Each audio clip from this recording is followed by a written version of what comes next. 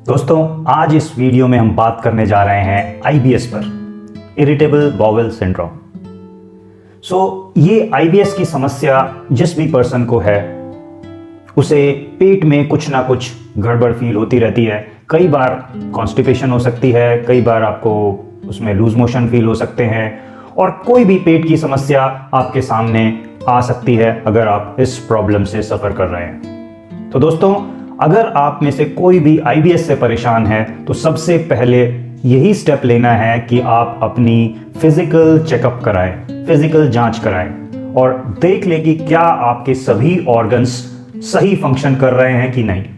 क्योंकि कई बार होता है कि पेट की समस्या किसी ऑर्गन की वजह से भी हो सकती है। तो सबसे पहले ये रूल आउट कर लें कि आपकी जो ये प्रॉब्लम आ रही है ये किसी ऑर्गन के माल फंक्शन करने के कारण ना हो। जब आप ये इंश्योर कर लें कि जो भी ये समस्या है ये फिजिकल किसी ऑर्गन के कारण नहीं है और ये आपके माइंड रिलेटेड इश्यूज के कारण, एंजाइटी के कारण आपको आ रही है, स्ट्रेस के कारण आ रही है, तो समझिए कि अब आपको अपने थॉट्स, अपने इमोशंस और अपने बॉडी पर आने वाली फीलिंग्स पर काम करना है। तो उस पर हमें कैसे काम करना है, उससे पहले हम इस चीज को डीपली समझ लें कि एक्चुअल में प्रॉब्लम कहाँ हो रही है। क्योंकि जब तक आप प्रॉब्लम के बारे में नहीं समझोगे कि कैसे ये आ रही है, आप वही काम बार बार करते रहते हैं। ये मैंने आपको पहले भी बताया है कई बार कि देखिए, हमारे ब्रेन में एक ऑर्गन है जिसका नाम है एमिग्डाला। ये ब्रेन का ही पार्ट है, दो बादाम शेप जैसे होते हैं और वो कोई भी इमोशन आता है, जैसे कोई खतरा उसे लग गया तो वो एकदम से डिटेक्ट कर लेता है। तो ये जो ऑर्गन है ये इसलिए डेवलप हुआ क्योंकि पहले हम जंगली जानवरों के बीच जंगलों में रहते थे और उस वक्त हमें सबसे ज़्यादा ज़रूरत थी कि हम अपने आप को सेव कर लें। तो इसकी डेवलपमेंट जो है वो लाखों साल तक हुई जब हम जंगलों में रहते थे और वो धीरे धीरे जो डेवलपमेंट हुई वो आज तक शेप लिए हुए है और वो हमें सेव करने के लिए तैयार रहती है। तो जैसे ही एमिग्डाला को पता लगता है कि कोई ना कोई खतरा आ रहा है, वो झट से हाइपोथैलेमस को रिस्पॉन्स देता है और hypothalamus is the command centre of the brain. और जब उसके पास रिस्पॉन्स पहुंचता है तो वो पूरी बॉडी को सिग्नल दे देता है और उसमें से एक पार्ट है आपका एड्रिनल ग्लैंड। एड्रिनल ग्लैंड आपके एड्रेनलिन और कॉर्टिसोल नाम के दो हार्मोन्स रिलीज करता है और बॉडी को फाइट और फ्लाइट मोड में ले जाता है। These two hormones are also known as fight और फ्लाइट हार्मोन्स। फाइट और फ्लाइट मोड से मतलब ये है कि अब आपकी बॉडी एक तरह से इमरजेंसी मोड में आ गई है।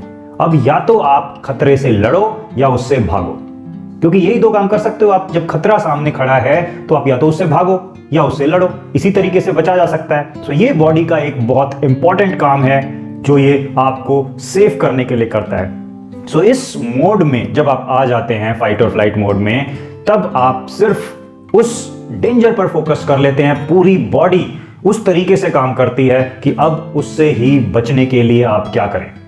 तो उस वक्त में आपके ब्लड में एक्स्ट्रा ग्लूकोज रिलीज कर दिया जाता है, एक्स्ट्रा शुगर रिलीज कर दी जाती है जो आपके स्टोरेज होते हैं बॉडी में, वहां से निकालकर ब्लड में डाल दी जाती है। क्योंकि अब आपके हाथ पैर तक ज्यादा से ज्यादा एनर्जी पहुंचाई जानी है, क्योंकि आप जो लड़ोगे या भागोगे वो सिर्फ हाथ पैर की वजह से ही कर सकते हो। Because these are the only organs, जो आपके लिम्स हैं वही काम आएंगे लड़ाई में या फिर वहां से भागने में। बॉडी एकदम से इमरजेंसी मोड में आ गया है और अब जैसे एकदम डेंजर जो सामने खड़ा है उसे फेस करने के लिए वो इस तरीके से रिएक्ट करना शुरू करता है। पूरी बॉडी अब लग जाती है इस इमरजेंसी मोड को हैंडल करने में। उसमें क्या क्या होता है अब जरा जानिएगा इसको बड़ी बारीकी से। सबसे पहले आपका हार्ट तेजी से पंप करना शुरू कर देता है, क्योंकि उसे ब्लड को इस शुगर के साथ, इस ग्लूकोज के साथ जल्दी से जल्दी आपके हाथ पैर में पहुंचाना है। आपका लंग्स जो है वो और तेजी से फंक्शन करने लगता है, क्योंकि ज्यादा से ज्यादा ऑक्सीजन उन्हें सप्लाई करना है हाथ पैर में और आपके माइंड तक, ताकि ज्यादा से ज्यादा आप वहां पर काम ले सके। क्योंकि आपका माइंड काम आने जा रहा है कि आप जल्दी से जल्दी डिसीजन लें कि क्या करूं। आप वेट ना कर रहे हो कि अरे अच्छा मुझे ये करना चाहिए, अब सामने से खतरा आया तो मुझे क्या करना चाहिए, वो सोच में नहीं। अब सिर्फ रिएक्ट करने का टाइम है कि मुझे कैसे एकदम से खटाखट डिसीजन होना चाहिए कि अब क्या करना है, दौड़ना है, भागना है, लड़ना है, अटैक करना है, क्या करना है। वहां पर फास्ट डिसीजन चाहिए, इसलिए ब्लड को एक्स्ट्रा ब्लड और एक्स्ट्रा ऑक्सीजन की सप्लाई की जाती है ताकि आपका माइंड बहुत तेजी से चल सके। तो इस वक्त में आपका हार्ट तेजी से पंप कर रहा है ताकि तेजी से ब्लड को पहुंचाया जा सके हाथ, पैर और ब्रेन तक। और साथ में आर्टरी श्रिंक हो जाती हैं क्योंकि वो तेजी से रश कराना चाहती है ब्लड को हाथ पैर में पहुंचाने के लिए। आपके लंग्स तेजी से काम कर रहे हैं ताकि ऑक्सीजन जल्दी से जल्दी पहुंचाया जा सके। तो दोस्तों, बॉडी पूरा इमरजेंसी मोड में वर्क कर रही होती है इस वक्त। तो जब ये मोड चल रहा है इस वक्त सारा फोकस हाथ पैर पर है क्योंकि वही आपकी मदद करने जा रहे हैं। तो जो मेन ऑर्गन्स हैं आपके स्टमक में जो कि आपकी ग्रोथ को कंट्रीब्यूट करते हैं, तो उन ऑर्गन्स को बोल दिया जाता है कि इमरजेंसी आ गई है, इसलिए स्टैंड बाय पे चले जाओ। क्योंकि अगर उन्होंने ग्लूकोज को एब्जॉर्ब कर लिया या उन्होंने काम ले लिया ब्लड से, तो फिर होगा क्या? फिर एनर्जी उनमें यूज हो जाएगी, आपके हाथ पैर तक नहीं पहुंच पाएगी। समझ रहे हैं?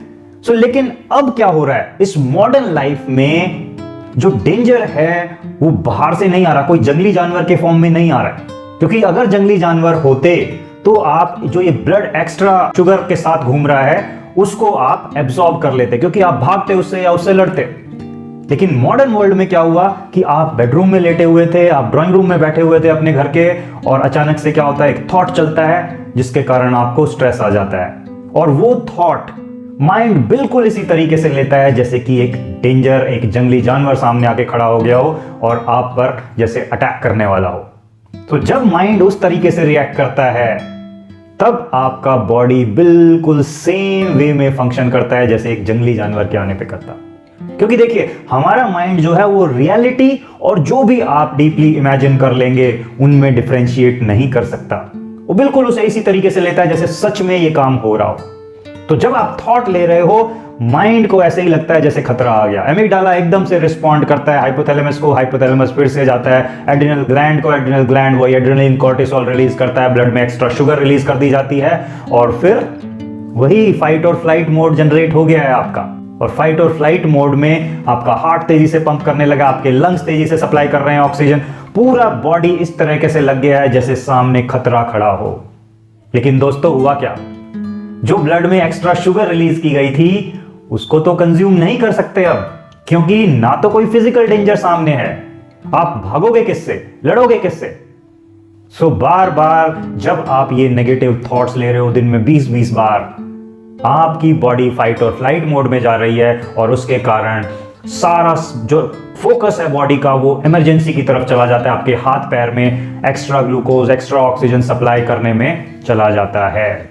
और जो ये पूरी प्रक्रिया है इसमें जो आपके पेट के मेन ऑर्गन्स हैं वो गड़बड़ में आ जाते हैं, क्योंकि अब वहां उनको बार बार बोला जा रहा है दिन में। समझिए इसको, ये एक बार नहीं हो रहा है। जब जब नेगेटिव थॉट आ रहे हैं आप उसको फाइट और फ्लाइट मोड में डाल रहे हो, जिसके कारण आपका जो डाइजेस्टिव सिस्टम है, जो मेन ऑर्गन स्टमक में है, जो आपके ग्रोथ में हेल्प करते हैं, उन सभी ऑर्गन्स में आप ब्लड सप्लाई रोक देते हो या मिनिमम कर देते हो। क्योंकि आप जानते हो कि जब इमरजेंसी मोड होती है तो सप्लाई कहां जाएगी?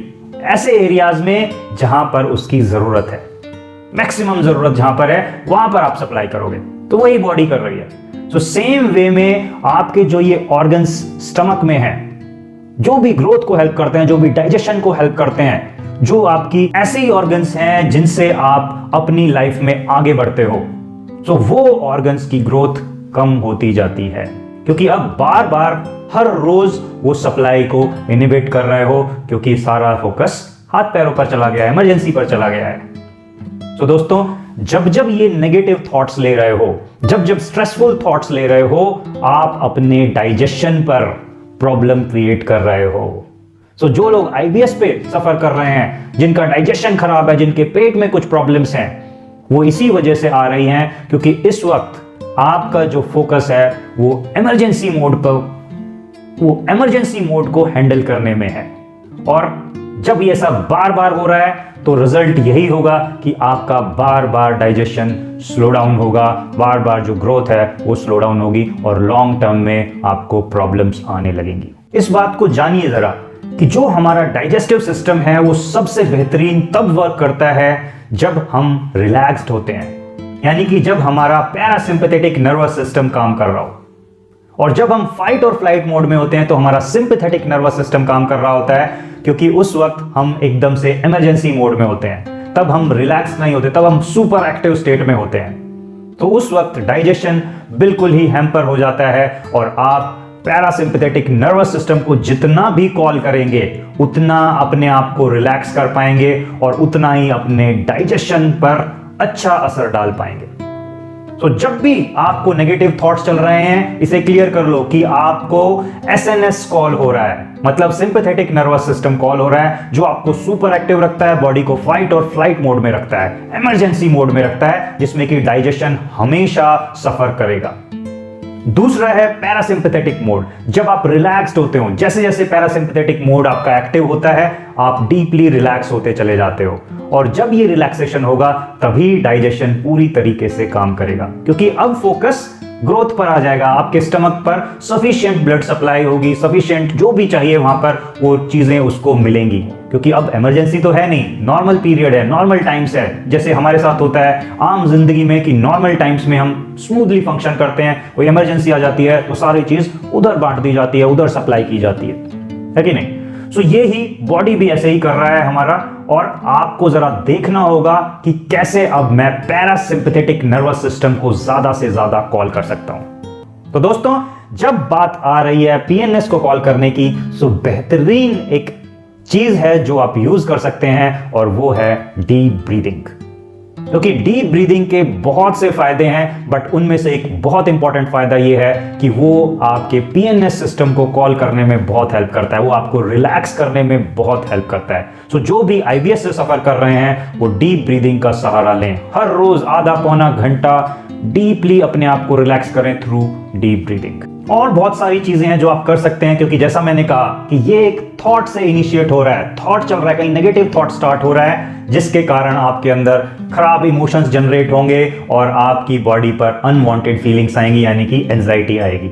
अब आपको तीनों एंगल से इस पर काम करना होगा। आपको थॉट्स पर भी काम करना होगा, अपने इमोशंस पे काम करना होगा और अपने अनवांटेड फीलिंग्स यानी एंजाइटी पर भी काम करना होगा। डिफरेंट टेक्निक्स, जैसा मैं आपको कई बार बता चुका हूं, उन्हें यूज कीजिए और आप देखेंगे कि उसमें बहुत ही बेनिफिट पाएंगे। दूसरी चीज है कि आप अपने रूट कॉज, कि ये कहां से मुझे आया, कैसे इसकी शुरुआत हुई, कहां पड़ा है रूट कॉज, चाहे आज से 4 साल पहले या 5 साल पहले, 10 साल पहले, जब से इसकी शुरुआत हुई, उस रूट कॉज तक आप जाएंगे, वहां तक आप काम करेंगे। उसमें जो भी इमोशंस रुके हुए हैं, जो भी वहां पर फीलिंग्स आई, उन पर काम करते हुए जब आप वहां से अपने इमोशंस को फ्लो करने का मौका देंगे, आप देखेंगे कि धीरे धीरे आप बिल्कुल बेहतर स्टेट में आते चले जाएंगे। तो दोस्तों, आपको उम्मीद करता हूं कि समझ में आया होगा कि क्यों आप इस डाइजेशन की प्रॉब्लम से सफर कर रहे हैं, क्यों आईबीएस की प्रॉब्लम से सफर कर रहे हैं। और जब इस प्रॉब्लम से आप सफर कर ही रहे हैं तो इसको पहले समझना है और फिर इसके अकॉर्डिंगली हमें काम करना है कि मैं इससे निकलने के लिए क्या क्या कर सकता हूं। होप ये वीडियो आपको पसंद आई होगी, and if you have not subscribe to the channel, subscribe कर लीजिए, बेल नोटिफिकेशन ऑन कर लीजिए ताकि आपको हमारे नए वीडियोस मिलते रहें। Thank you.